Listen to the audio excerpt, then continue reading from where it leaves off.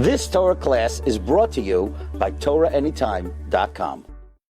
Okay, good morning, Rabbi Glatstein. Welcome everyone. Bruchim Abam to the Kollel Igor de Perka. Parshas Vayishlach. So Yosef is coming with his entourage.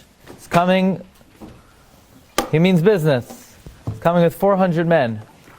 And Yaakov Avinu sends a messenger, sends a message.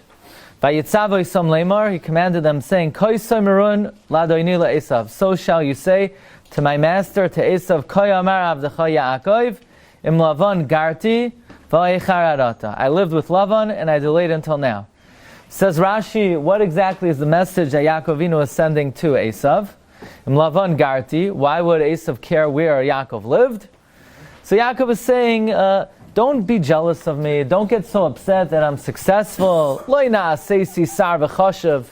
I didn't become a minister. I didn't become important. Elagera, I'm a sojourner. Eincha kedai l'snoyosi al birchas avicha.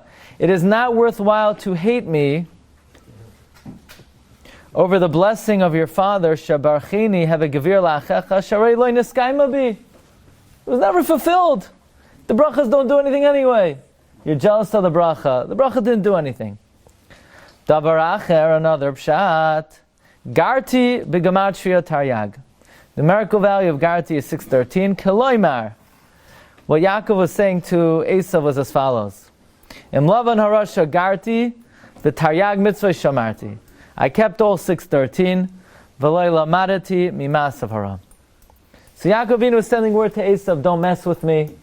Yes, there's an opt-out clause that Yitzchak told you, V'haya ka'ashar tarad, ufarakta ulay me'al tzavarecha, that if you have cause to be aggrieved, that if I'm not mekayim the Torah, then you could sort of usurp the brachos.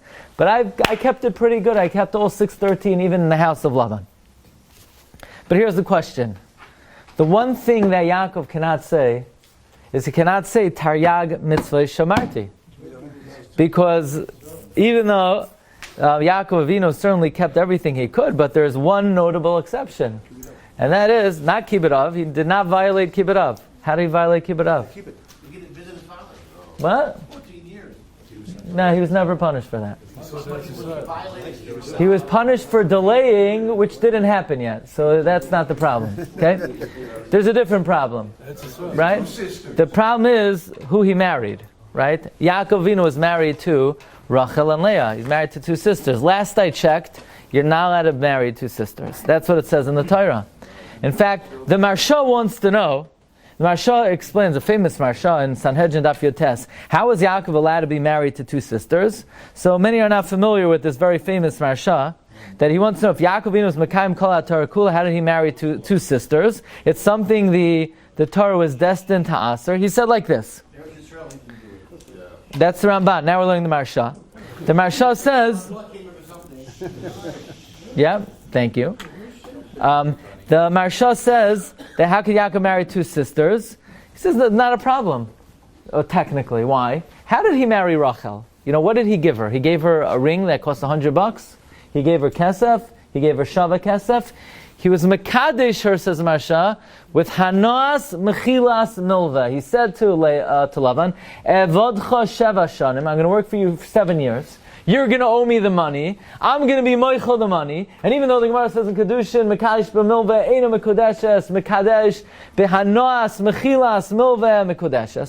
Yaakov Avinu was moichel the debt. And in the hana that Yaakov got, the hana that Yaakov was giving by being moichel the debt, Rachel was married to him. So Rachel was married to him well before the night that he lived with Leah. So he was married to Rachel. Why was he married to Leah? Because he lived with Leah.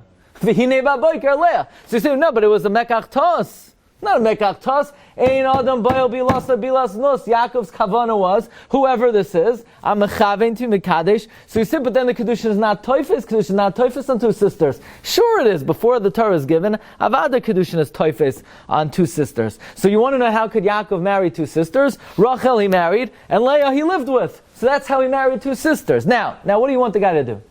You want him to divorce one of them? It's not going to help.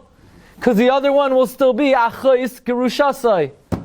And even, you're not allowed to marry, even after the Torah is given, you can't marry achos. So it's not going to help to divorce one of them. Elamai, says the Marsha, divorce both of them. Nah, you expect him to divorce both of them? That's all the Marsha says. It says the Marsha in the end, "V'hashta afim haya megarish achas mehem, v'hoy yachal lekayim davar shasida tar lasar." Uminat Torah is mehem shegirish havalei ashniach chaz grushasai, because they're both married. Ushneim vaday lo haya efshaloi legarish. She certainly cannot have divorced both. Why not? Now the Marsha doesn't explain why couldn't he have divorced both and marry somebody else, go for a third. So Rabbi Yosef Engel in the Beis HaOitzar explains in the brackets that he could not have divorced both because Baruch HaKodesh, he saw Klal Yisrael would come out of one of these women at least. Now, even though Yaakov Avinu kept the Torah, but he kept it as a chumrah, but he's not going to jeopardize the Jewish people because he wants to keep a personal chumrah. So therefore says the Rabbi Yosef Engel, we understand Yaakov is justified for marrying two sisters. Sister number one he married, sister number two he lived with. So he's married two sisters, he can't divorce one, he can't divorce both. That's fine. We have no tainas on Yaakov Avinu. Yaakov Avinu is a really swell guy, he's one of the avos, we have no problem. His face could be on the kisei HaKavod, he could remain Bechir Sheba Avos, no problems. We have no beef with Yaakov Avinu, but there's one question. One statement that Yaakov made was inaccurate. He cannot say V'taryag mitzvah shamarti. We don't have any tainus on Yaakov. We're not criticizing him. Maybe he wasn't punished. Maybe he won't be mezameh. When Mashiach comes, we're not going to give him the kais of Berchas Hamazon. No problem. Not everyone could bench every time. Only one person could do the Berchas Hamazon. But still, ask Rabbi Yosef Engel, how could Yaakov Avinu say V'taryag mitzvah shamarti? He didn't keep Taryag mitzvahs. You could give every excuse in the world why he didn't keep the mitzvah. But at the end of the day, he was mavatel the mitzvah. So he can't say, I kept Taryag mitzvahs. We have no tainas on you. That's like a guy, he's studying for smicha and he doesn't show up for the test. So he says, I couldn't show up for the test, the highway was closed. No problem, I have no taina on you. But you can't get smicha because you didn't take the test. I don't care why you didn't take the test. So Yaakov Avinu says, I kept 613. No, he didn't. That's fine. That's fine. He cannot mechuyev. He's pater, and if mitzvah is words he can't have. So there is no 613 to start with. But he said, I kept 613. The one simple question. I came all the way from the 5 just to ask you, but he didn't. That's it. But he didn't. That's a separate question. Yeah, true. So that's a separate question. That's a separate topic. Can anyone keep 613? There are different ways. Yes, answer is yes. You could learn it. You could arvos. But one thing you can't do is 613 when you violate one of the 613. That nobody could do. Okay, so that's question number one. Let's move on. So Rabbi Yosef Engel brings, there's more than one question and there are more than 10 questions. Okay, look at number 6. The Gemara in Kedushin wants to know, are women chayiv in mitzvahs she'in hazman grama? Are women chayiv in mitzvahs she'in hazman grama? Are women chayiv in mitzvahs that are not governed by time? Absolutely. Yeah. However, how about learning? Do women have to learn Torah? No. Women do not have to learn Torah. Is Torah zman grama or is Torah lav zman grama? Torah is lav zman grama because you're chayiv in Talmud Torah. Yomam v'layla, day and night. So Torah is one mitzvah that women are pater from, and even though it's ein hazman grama. So you'll ask to learn out from there. No, we're not going to, that's a kasha, learn out from Talmud Torah. So Gemara says we're not going to learn out from Talmud Torah. Because we actually found another case of a mitzvah she'ein hazman grama, and they're also pater from it. What's another example of a mitzvah saseh she'ein hazman grama that women are pater from? The mitzvah of pru uravu. Are women obligated in pru uravu? Absolutely not. Women have absolutely no obligation in pru uravu. They might have a mitzvah of sheves, they may have a mitzvah d'Rabbanan, but not pru uravu. The Meshech Chochmah says, if it hurt, God doesn't tell you to do it. So, for a man, no problem. For a woman, it's painful. Ribbono Shel Olam is doesn't loiba Kadosh Baruch Hu b'trunyam b'Yosef. Hashem never commanded a woman in the mitzvah of pru uravu. Fine. So pru uravu is ein hazman grama. Talmud Torah is ein hazman grama. Therefore, Prove what? They in the Gemara that you can only do it at night. That's midarach midos or midarach chasidus. But the Gemara says Talmud Chacham mafil b'talisai, so it's not categorically excluded. Okay, but you're barking up a good tree. The Gemara says that Talmud Torah is ein azman grama and women are pater. Puravu is ein azman grama and women are pater. And we apply the principle shnei ksuvim habaim ke'echad ein melamdim. Yeah. Comes Rabbi Yosef Engel. Rabbi Yosef Engel, one of the all-time great Gaonim. He lived from 1859 to 1920. A year and a half ago, I was Zoicha to go to Austria for one reason, to go to the kever of Rabbi Yosef Engel in Vienna. A beautiful kever, beautiful cemetery. It was a big zchus to be at his Makam Nuchasa. Rabbi Yosef Engel was one of the all-time great Gaonim, someone who synthesized Nigla, Nistar, Chasidus, Kabbalah, Lamdos, Pilpul, all in one tapestry. And whenever you have the privilege to learn a piece of Rabbi Yosef Engel, you're really journeying throughout Kol HaTorah Kula, which what we're going to do in the next half hour or so. We're going to quickly review Bavli and Yushalmi, V'chol HaTorah Kula, in this particular drasha of Rabbi Yosef Engel. Rabbi Yosef Engel has one simple question. How could the Gemara say that Puravu is Ein Zman Grama? It's Zman Grama, absolutely. Why? On Yom Kippur, it's Asur to be Mekayim, the mitzvah of Puravu. You're not allowed to. It's one of the Chamisha Inuyim. So according to the Shitos Harishainim, that the Chamisha Inuyim are Isurei Da'iraisa. Now, not everybody agrees to that, but according to those who say that Tasha Shamita on Yom Kippur is Isur Da'iraisa, so now Puravu is a mitzvah shazman grama because you're only chayiv 364 days a year. Now Tisha B'Av is the Drabanan, and the point you mentioned maybe is not categorically excluded, but Yom Kippur, that's a 24-hour period that you can't be Mekayim the mitzvah Puravu. Now, just as an aside, it seems that Rabbi Yosef Engel is learning that the mitzvah Puravu is not, like the Minchas Chinuch writes, being the father of a boy and a girl, because if the mitzvah was being the father of, that is always applicable. He learns that the mitzvah is the Maisa Bia. It's like Tosfos implies in Chagiga and in Gittin, that it's the Maisa Bia is the mitzvah Puravu, and in that case that cannot be performed on Yom Kippur. For Rabbi Yosef Engel, why is Puravu ein Zman Grama? It should be Zman Grama. Question number 3. A Gemara in Yevamis. The Gemara wants to know, can a Kohen do Yibam? Can a Kohen Gadol do Yibam? On the one hand, you have a mitzvah saseh of Yibam. On the other hand, the Gemara says that for a Kohen to live with an Almana is a lav. A Kohen Gadol to live with an Almana is a lav. And is an asay v'hu isha b'vsuleha yikach. Ein asay doicha lois asay v'asay. A high priest, the one that wears the breastplate with the stones, he cannot do the mitzvah of Yibam. Why? Ein asay doicha lois asay v'asay. That's the Gemara in Yevamis Daf Chaf. Frek Tosfos on Daf Hey. We know that even though ein asay doicha lois asay v'asay, but that's a regular lois asay v'asay. But if it's a weak lois asay v'asay, what we call a lois asay, a lav she'enoi shava b'kol, a lav that's not applicable, it's not a universal lav, then we say asay is doicha lois asay v'asay. Frek Tosfos, why can't a Kohen Gadol do Yibam? Asay is doicha lois asay v'asay she'enoi shava b'kol. That's Tosfos' kasha. Got it? Frekt Rabbi Yosef Engel, what's Tosfos talking about? When do we say asay pushes away a lava asay she'enu shava b'kol? That's when the asay is strong and the asay is shava b'kol. But what if the asay is ain't a shava b'kol? The asay of Yibam is not shava b'kol, because not everybody could do Yibam. Really? Who can't do Yibam? Everyone could do Yibam. There's one guy who can't do Yibam. The Melech.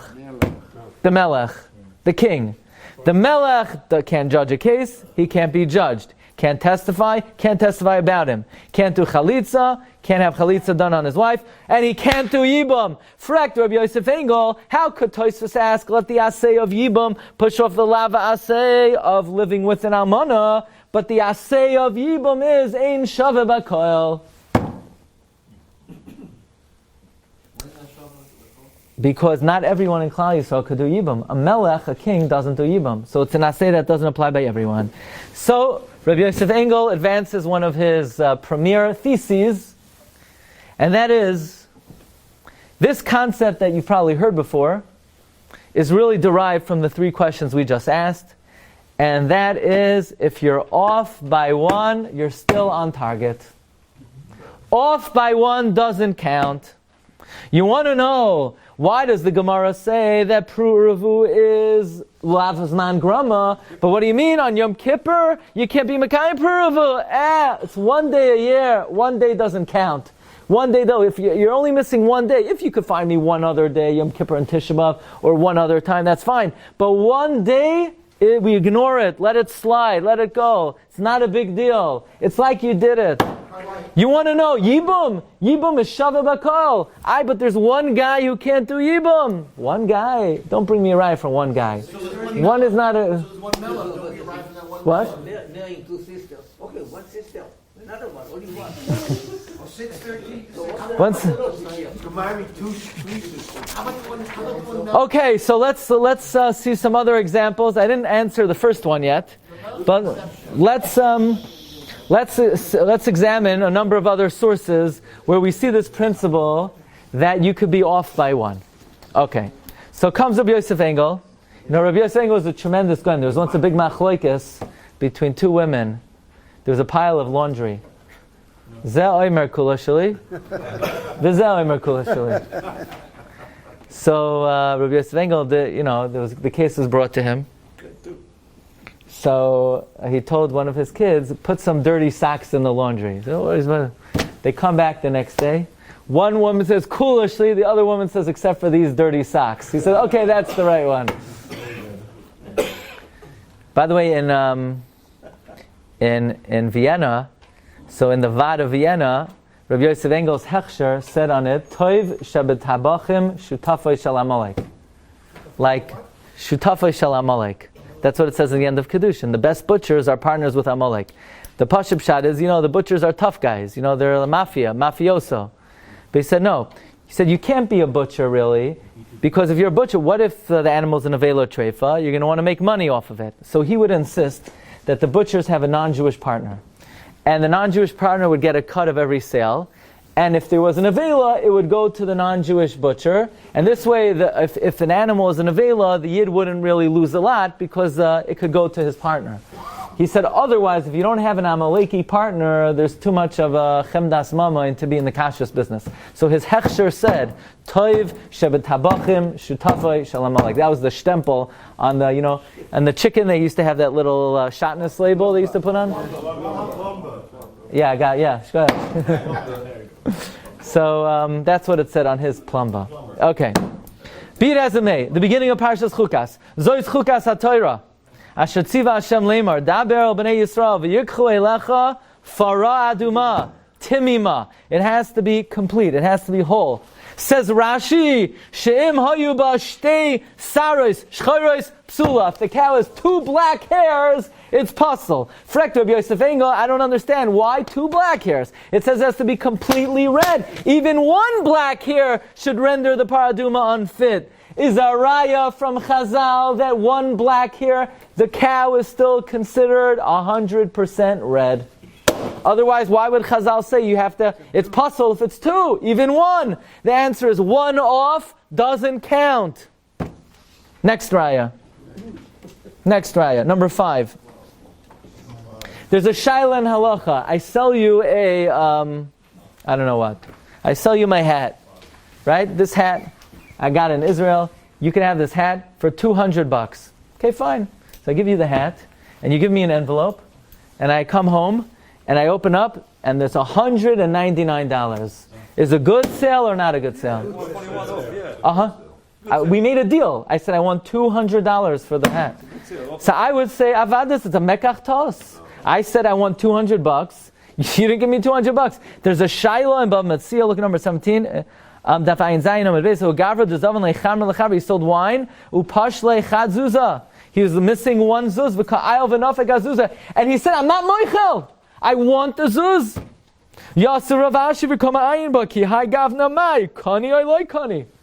Ask Rabbi Yosef Engel, why in the world would it be a good sale? $198, for sure it's a mekach tas. So why $199 good? Apparently there's an idea that if you're off by one, you basically made the cut. We see again, v'chahina, many examples that if you're off by one, that still counts. Here's another example. The Mecca is only 2 zuz, it can be off by 1.5%. Well, What if it's only 2 zuz in Mecca? It can be off by half. you say, I sold you something for $100 million and give me 50. It's off by one. Whatever one is, it could be the $2. So then one would be 1 dime. It has to be relative to the sum total. Here's another example. The Mishnah says in Shabbos, how many malachos are there? How many avos malachos are there? 39. The only thing is it doesn't say that. What does it say? Arba'im chasar achas. So, Frekta Tosis Yomtiv, did it cost money to say 39? Don't say it's easier, it's actually harder. 39 is 2 words, Arba'im Chasar Achas is 3 words. It would have been more concise and more tzimzach to say 39. Why does it say 40 minus 1? The answer is because since there's a Mishnah Malkus that says that you get how many? You get 40 malchus arba'am chasar achas, and there the reason why the Tana does this is because it says arba'am yakenu. So agav that the Tana used that expression in Makos because it's based on the lashon of the pasuk. So by Shabbos it also uses this expression of 40 minus 1. As for Yosef Engel, very nice for Makos, very nice for Shabbos. But what about the Braisa and Zvachim? The Braisa and Zvachim on Kuf Yud Chesam and Beis number 20 on your sheet says Taner Rabbanon Yimei Oyal Moyed Shebemidbar Arbaim Shana Chasar Achas. They were in the Midbar 40 years minus 1. So say it, say 39. You can't give this answer, says Rabbi Yosef Engel, when it comes to Zvachim Kuf Yud Chesam and Beis. The real answer is, whenever a number is off by 1, it is correct to say the rounded off number, because off by 1 doesn't count. What is the reason why off by 1 doesn't count? Why are you allowed to be off by 1? Because it says of Yosef Engel, you could always look at a collection of details, as aside from the fact that it's a collection of details, it's also one composite entity. So as one composite entity, that is an additional dimension of what you're looking at, aside from the details of it. And therefore it is always correct when you get to the number 39 to say 40, because there are 40 things here, the 39 parts plus the composite sum total. But if you want to... Yeah, but conceptually it is accurate to say 40. You did give the guy 40 malchus. You gave him 40 malchus. When you gave the guy 39 malchus, you gave him 40. Because aside from each little whip, he got the package of malchus. That's what it is. So conceptually, we're permitted to call it 40, even though when you count it, you get 39. Now the truth is, this is not Rabbi Yosef Engel's Chiddush. The Rosh says it, a very well-known Rosh, Masechta Pesachim. The Rosh says, anybody here during Sfiras HaOmer count 50 days.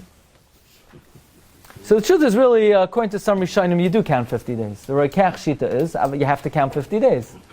It says, Titzbruch HaMishim Yom. That's why the Roikach says, when you make Kiddush, Shavuos night, you have in mind that the Kiddush should be a Kiyum of the counting of the 50th day. But that's the Shita of the Roikach. Almost all the Rishonim say no, you only count 49 days. Ask the Rosh, so why does it say Tisperu Chamishim Yom? He says, like Kashamidi, Derech HaMikra Kishemagia HaMinyan Leskum Asirus. It is the manner of Psukim. When you get up to a whole number, minus 1, you count it. You count it. It does not pay attention to being missing 1. For example, says the Rosh, it says Yaakov Avinu had 70 members of his family. Count them, they're only 69. So I know Rashi's Pshat and all the other Pshatim, and the Vilna Gaon's Pshat, all the various Perushim, whether you want to count Yosef, Serach, Yaakov, the Shechina, various Pshatim. Says the Rosh, none of them are right. You want to know why it says 70? Because we rounded it off, because it doesn't matter if you're missing 1. V'chein arba'am yaken. Like in a mikveh, they have 39 saw, and it should be kosher, just missing one. There's only one. So I have to see. When does this apply? I'll give you another example. How many people do you need for a minyan? 10 people. Frek the Gemara in Brachos, Amar Rav Huna, Tisha v'Arayin mitzdarfin. 9 and an Arayin count. Amar Rav Nachman, v'Arayin gavrahu. Is the Arayin a gavra? Ela Amar Rav Huna, Tisha nirin ka'asara mitzdarfin. 9 that look like 10. 9 that look like 10 is a good minyan. Now what is 9 that look like 10? The Gemara says either they're very close, so you can't, or they're very spread apart. Now usually, if you did a psychological study, you ever see these minyanim? You have this big room. When you have 10 people in the shul, do they all sit on the same table? No. 3 guys are in the coat room still. It doesn't matter, right? They spread out. Medalit kanfa. That's usually how it is. Or the coffee room. Also an option. Okay, so says Rabbi Yosef Engel, what's the pshat that 9 that look like 10 count? But you need 10 to make a minyan. Says Rabbi Yosef Engel, this day on the Gemara holds, again we don't hold this la Halakha, that 9 is 10 because we don't pay attention to 1. If you're missing 1, it doesn't count. That this day holds you only need 9 for a minyan. So ask Rabbi Yosef Engel, so why do they have to look like 10? He says just because there's another factor involved. Because since minyan is learned out from V'nikdashti b'sach b'nei Yisrael, that it has to be a situation where you're sanctifying God's name, it needs to look like this is a Kiddush Hashem, ein davar shebeminyan pachas me'asar, ein davar shebekdusha pachas me'asar. So the nirin ka'asara is not because otherwise you don't have 10. You have 10. 9 is 10. It's just you don't have the element of the fact of the element of Kiddush Hashem here. That's how Rabbi Yosef Engel learns. Again, that's not la Halakha, but that explains that day in the Gemara. So, you'll ask, so then I only need 2 for a Zimun maybe, and I only need 2 for a court case. That's right, that's true. It's true. The Gemara says in Brachas, and Daf Mem Hey, Itmar, Shnayim sha'achlu ka'achas. 2 people that ate together. Pligi Rav v'Rabbi Yochanan. Chad Amar imratzu l'zamin mezamnin. V'chad Amar imratzu l'zamin in mezamnin. Now, nobody holds your chayiv to. But there's a deya, you are allowed to. You're allowed to.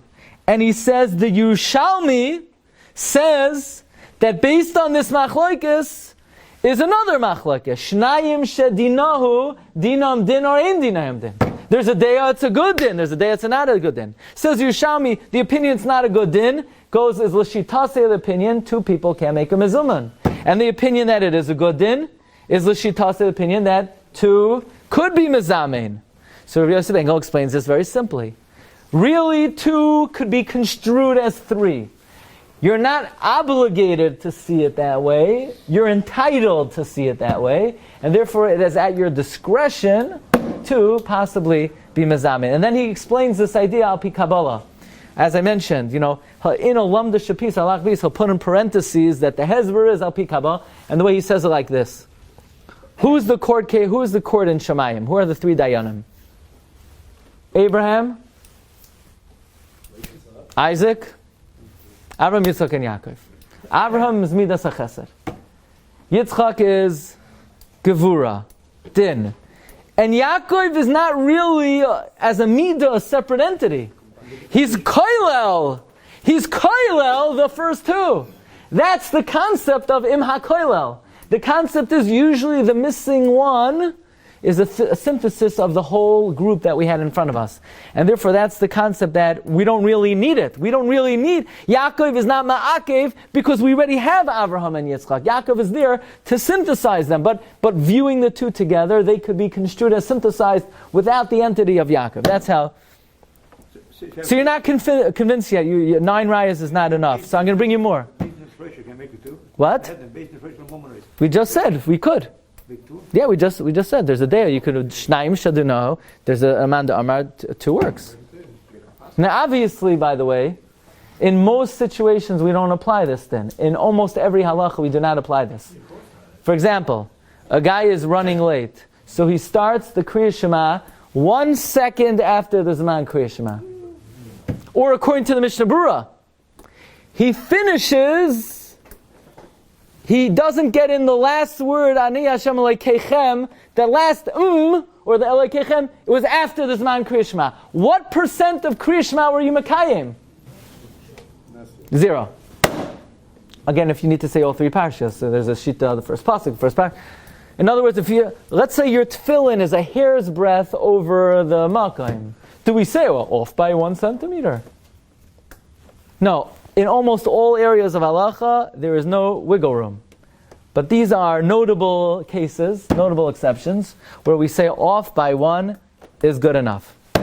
Let's continue. And the lady goes to the mikvah when one hair sticks up, and she doesn't put that one hair in the mikvah? Also not good. Not good. Nope. So why is one in the... First, let's get the facts, and then we'll try to figure out why. Okay? The Gemara Menachah is Daf Mem Gimel Amud Beis. I ask you a question. Let's say, what's your telephone number, sir? No, you don't want to say. I'll make it up. 917-323-5619. Bingo. Right? And I got it, right? So, let's say instead of dialing 917, I dial 918. Do I talk to you like 90% just with a lot of static? Doesn't work, you know? I'm trying to get into the shul, and instead of putting in like every shul 613, I put in 614. Doesn't work. But there are areas in Halakha where we say off by 1, that's good enough. Here's another case. Look at number 26. Gemara Menachos Mem Gimel Amud Beis. Tanya HaYeramei Reimer. Chayiv Adam levarech mea brachos b'chol yom. Shenemar v'yata Yisrael ma Hashem l'kal Shemach. Says Rashi ma Karibei Mea. So we always thought, I don't know, there's like a chayk. There's a chayk that it says ma, we read it Mea. Why do you read it Mea? Don't say Mea. It says only 45 brachas a day. How do you have a right to add another 55 brachas? Says Rabbi Yosef Engel, this is the exact same principle. By the way, this is not the principle of Im Hamila. This is a principle of Im HaKoilel. Okay, and we're going to get to the difference. Says Rabbi Yosef Engel, the drasha of Al Tikri Ma Ela Mea is based on this principle that Chasar Achas is not a Hoisafa, is not a Chasaron. You have a right to add an Aleph, so why didn't it say it? It's like it said it. It's not a big deal if it's missing 1. This is a drasha that we learn out of Halakha and Shulchan Aruch. Another example, look at number 29. Where do you put a mezuzah? The right side. Why the right side? Why do you put on the right side? Right-handed. Says the Gemara, Kaman Kra Meir Eimar, Damar Meir, Miyamin, Mismal. Miyamar, Mahi, Detanya, Beisecha, Biasecha, Minayimin. The way you come in. Because it says, Beisecha, your house. Al Tikri Beisecha, Ella, Biasecha. The way you come in. But it don't say that. Says Rabbi Yosef Engel, Yesh Lemer Gamke, number 30, De Inyan Hadrasha Hu Kanal, De Maisifin HaKoilel. You're allowed to add the Koilel do Aleph, B'toich HaTeva, V'nasa Mi Beisecha, Biasecha. And there are other examples like this. There's Yushalmi that darshans Yehi Mekarcha Baruch, Yehi Mekaira Echa, Lekever Baruch. Here's my favorite example. You know, the Abarbanel learns that this week's Haftarah, in the Navi Evadia, Abarbanel learns that there's a prophecy that at the end of days, all the Jews who have been lost to our people throughout the millennia, through first forced conversions and so forth, will ultimately return to us one day. In fact, we see it in our times. There are a few people who are in our community who actually I had a contact with. They were converted by Rabbi Steinberg, Rabbi Chaimov, who were people of descent of Marranos. Their families came from Puerto Rico, and they had yichus brivos that they're descended from the Spanish Inquisition, and they were converted by the Bezdin of this neighborhood back to the faith. This is the fruition of this nevuah. But the truth is, it's a medrash. The medrash says in the medrash Shachat Tov and Tehillim, Amar Rabbi Rechia b'shem Rabbi Huda, ba'es hahi yoivel shai l'mayra. In that time, they will bring a gift, yoivel shai, gematria bohem, shehem avian oisam dairoinos lamelach hamashiach. At the end of days, they will bring a gift to the King Mashiach. What will they bring? Yoivel. What's Yoivel? Yoivel is gematria 47. Yoivel is gematria 47. Gematria bohem. Gematria bohem. Gematria bohem. So the question is, wait a second. Yoivel is gematria 48. Bohem is Gematria 47. How does the Medrash have a right to darshan that Yoivel is equal to Bohem? Bohem is 47. Yoivel is 48. So there's a commentary on the Medrash, the Medrash Shechatov, Perush Mahari HaKoyen. He says, Perush Yoivel Oila Mispar Bohem, Rak She'echad Yeser, Ve'echad Enoi Mala U'moired B'minyan, Lahoyroi She'bahem Atzman Hashai V'hamincha. So here's an example of a Medrash. The explicit words of the Medrash are the Gematria of Yoivel is Behem, even though it's one off.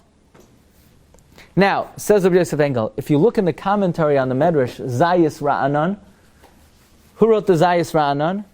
Zayis Ra'anan is the Magen Avram's commentary on the Medrash Shechatov. He says not one is Loi Ma'alev Loi Moired. He says Yoivel Gematria Behem Im Hamila. So now Rabbi Yosef Engel introduces a new concept that there are really two ways of getting that missing number. You could get it in through the koilel. The koilel means besides the details, the whole entity is one. Or there's a concept you could count the word.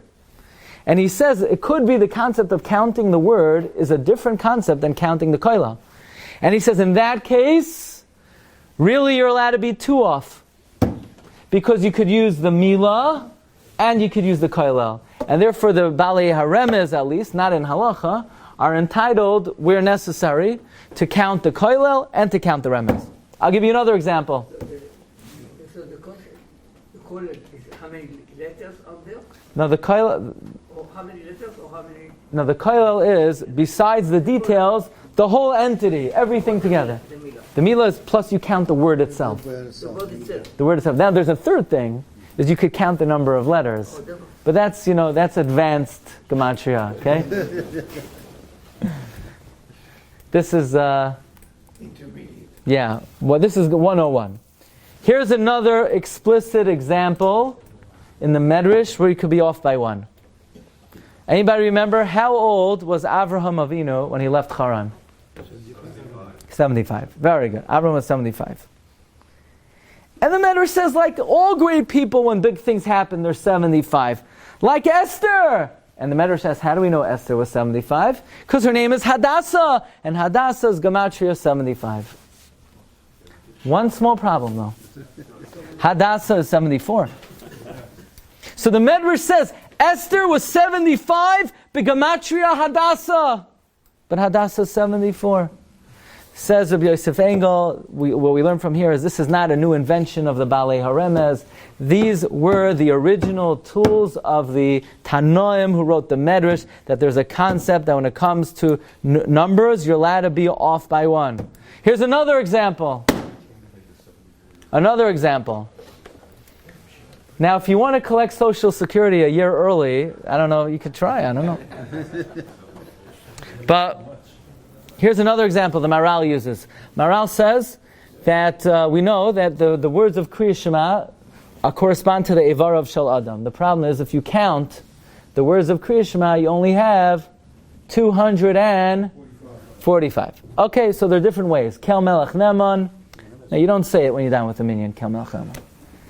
Rav Moshe, I don't think Rav Moshe held to say it Bechlal. Kel Melech Neman. Hashem Lekeichem Emes, Mishnah Berurah says that's not the real reason. The Mishnah Berurah says the last three words, you know where you get it from.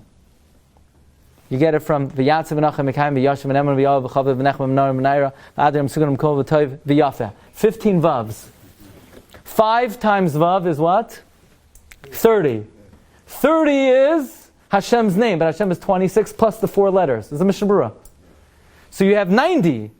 15 times Vav. That's 3 Yud Kei Vav case. That's what the Mishnah Berurah says, based on the Zayar. The Maharal says no. Ima koilel. What do you mean ima koilel? We're off by 3. Yeah, but you have 3 koilels. Shema, v'hayim shamaya, v'yomer. That's how the Maharal learns, how you get 248 words in Kriya Shema. Another raya number 15, if you don't trust me yet, okay? It's a Mishnah in Menachos. The Mishnah Menachos, Daf Kuf Gimel Amud Beis. Look at number 38.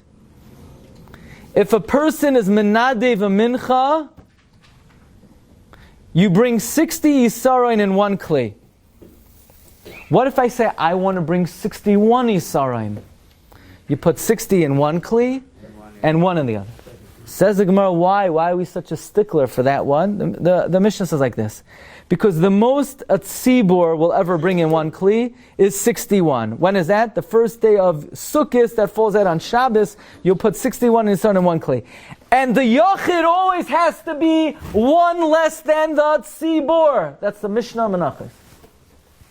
So if you're saying, wants to know, why does a Yachid always have to be 1 less than a Tzibur? Where do we get this from?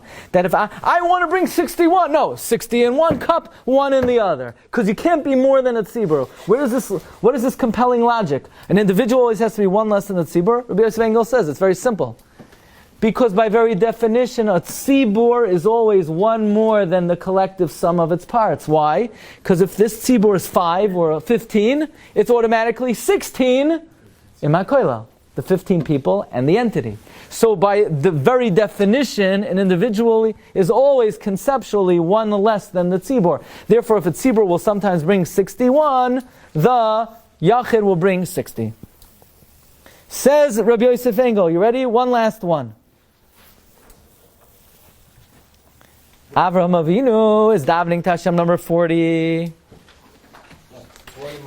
Vayomer al no yichar ladoshem v'adabra achapamula yimatze unsham asara vayomer lo yashchis va'avor ho asara. So Avram says, don't be upset at me. Let me daven ach. Ach is a miyut. Avram ready down for 50, 45, 40, 30, 20, and 10. And by his last tefillah, he said the word ach. Why does he use the word ach? Says Arachaim HaKadosh. He's being memait. Because you would think if he's asking for 10, 9 will be good enough. Says Arachaim HaKadosh, because you could be missing 1. He's saying ach, saying this is my last request, 10, and I'm not going lower. This, says Rabbi Yosef Engel, is also an explicit enunciation of this principle that -1 doesn't count. That's why Avraham Avinu had to especially say when I ask for 10, I mean 10 and not less than 10. So going back to our original question. Who means 10? Hashem means Hashem? Avram says, I'm only davening for 10, and I'm not going to ask for 9. Even though, by saying 10, typically you would think 9 is also good, I'm explicitly excluding that. Okay? Says Rabbi Yosef Engel, so when Yaakov Avinu says, Im Lavan Garti, Va'echaradata, Lavan Garti, the Taryag Mitzvah Shema, we asked, but he didn't. But he violated living with 2 sisters. So all the terutzim and all the rationalizations, but he didn't keep living with. The answer is nish geferlach. He's only off by 1. He kept 612. Says Rabbi Yosef Engel, the words of Yaakov Avinu are a raya to this yisoid chasar achas einoi chisaron. And then he says something amazing. How come 101 times you learn He's can compare to 100 times? 1 time only, and it's not, you can't compare 101 to 100. Why is that? So he says, what do we call when you have a covenant with God? A bris. What's the numerical value of bris? 612. 612, yeah! You only need 612 because once you do 612, it's like 613. That's what Rabbi Yosef Engel writes. So my father asked me, we know that if somebody is a mumar l'davar echad, he's a mumar l'chol ha'torah kula. You can't be, yeah? That's when you are contravening the mitzvah. If someone who's a mumar l'davar echad, so he's saying that I don't believe in the roya echad from where everything is coming from. But if somebody, now Yaakov was excused for this one. In other words, if somebody is not excused, as we mentioned, when it comes to almost every other area in Halakha, There is almost no room for deviation, for lacking, for chesaron, for giroin. But there are instances where we say off by one counts. I'm going to give you a few more examples that don't come from Rabbi Yosef Engel. Don't go anywhere. Don't even prepare to go anywhere, okay? So look at number 41. The Chida wants to know, in Bamidbar, you have all the Shvatim. How come they all add up to 22,000, 53,500? Talk about family planning, right? What, the whole Shevet got together and they had a town meeting and they said, look, we want to get to a certain tally, so don't you dare do less, and everybody made up how's that possible? So you could say it was a miracle. It says there's no miracle here. The Torah rounds off. If it's off by one, it says Kilu he had it because off by one is not a big deal. He says, so he says the Chida, and you know what the real raya you could be off by one is? This is unbelievable. Yaakov Avinu tells Yosef, Ephraim u'Menashe, Keruven v'Shimon Yuli. Well, says the Arizal and the Ramami Pano, the Gematria of Ruvain and Shimon is the exact same Gematria as Menashe and Ephraim. Menashe, Ephraim, Keruven v'Shimon. Exactly, Ephraim and Menashe equals Ruvain v'Shimon, except it's off by one. So we see, says the Chida, that if Yaakov Avinu is saying Ephraim and Menashe is equal to Ruvain and Shimon and they're off by one, it could be off by one. One more. And then another one. And then we could go. Okay. And then we'll end with the story.